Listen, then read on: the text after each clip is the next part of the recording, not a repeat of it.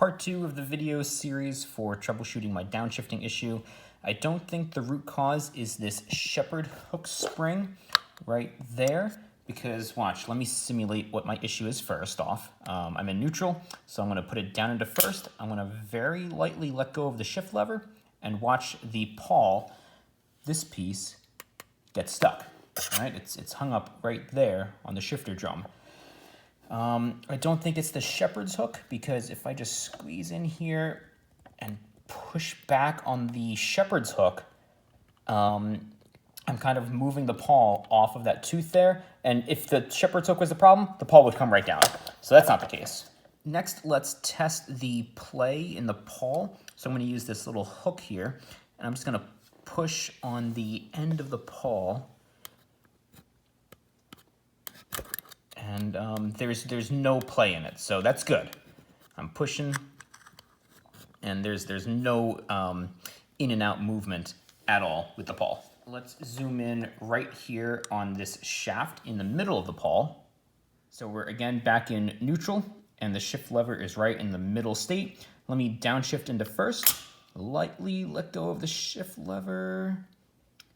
Okay, my hand is completely off the shift lever, but the pawl and the shift lever also itself has not returned back to the neutral state. I'm showing that because one of the hypotheses I had, and something that I found out on the forum, was that it could have been this shaft here. And there's a little bit of wear right there on the left side where you can see some of that metal shaved away. But I don't know what the cause is. I don't know why that little piece is wearing there, but it's not the root cause of my issue, because right now there's no contact, and yet my shifter won't return back to the neutral state like this, which is what I just did by hand. Let me zoom in on this return spring here, which you can see is kind of almost painted in a yellow color from the factory. If I go down into first, pawl goes up. I gotta force it to come back. Now I go up with the shift lever, pawl goes down into neutral. So I'm just gonna do that a couple times, just so you can see how the return spring works. I don't know if it's supposed to be doing that much wiggling back there. All right, next let me do some slow motion. I'm gonna shift really fast up and down and capture some slow motion.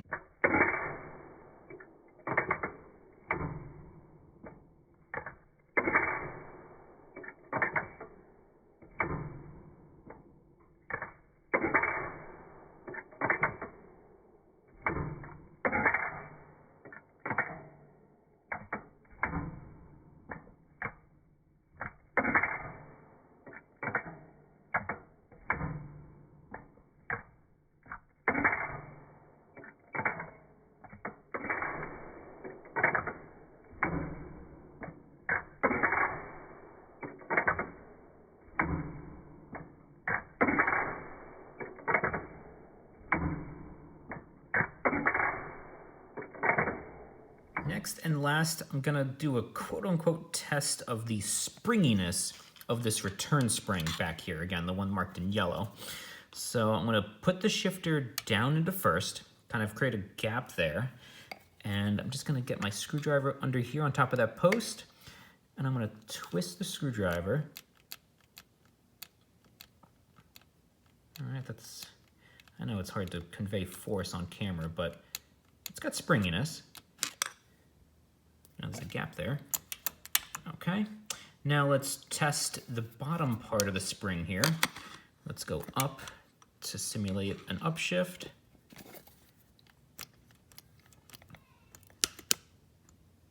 I want to say that there's more springiness down here compared to up here, which is why I always have an issue with my downshifts. You know, that spring isn't pulling the pawl back down like this, whereas anytime I upshift, I always get that bottom part of the return spring to pull up.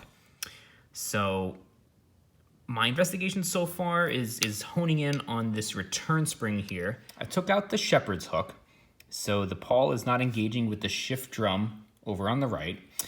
If I push the shift lever down, again, the pawl goes up. I'm gonna lightly let go of the shift lever. Okay. And notice how it didn't come back. So this shaft is out of the way. The shepherd's hook spring is not in question. It's not being hung up on the shift drum over there on the right. The paul's not being held up on the shift drum. So again, all signs are pointing to the return spring or something else.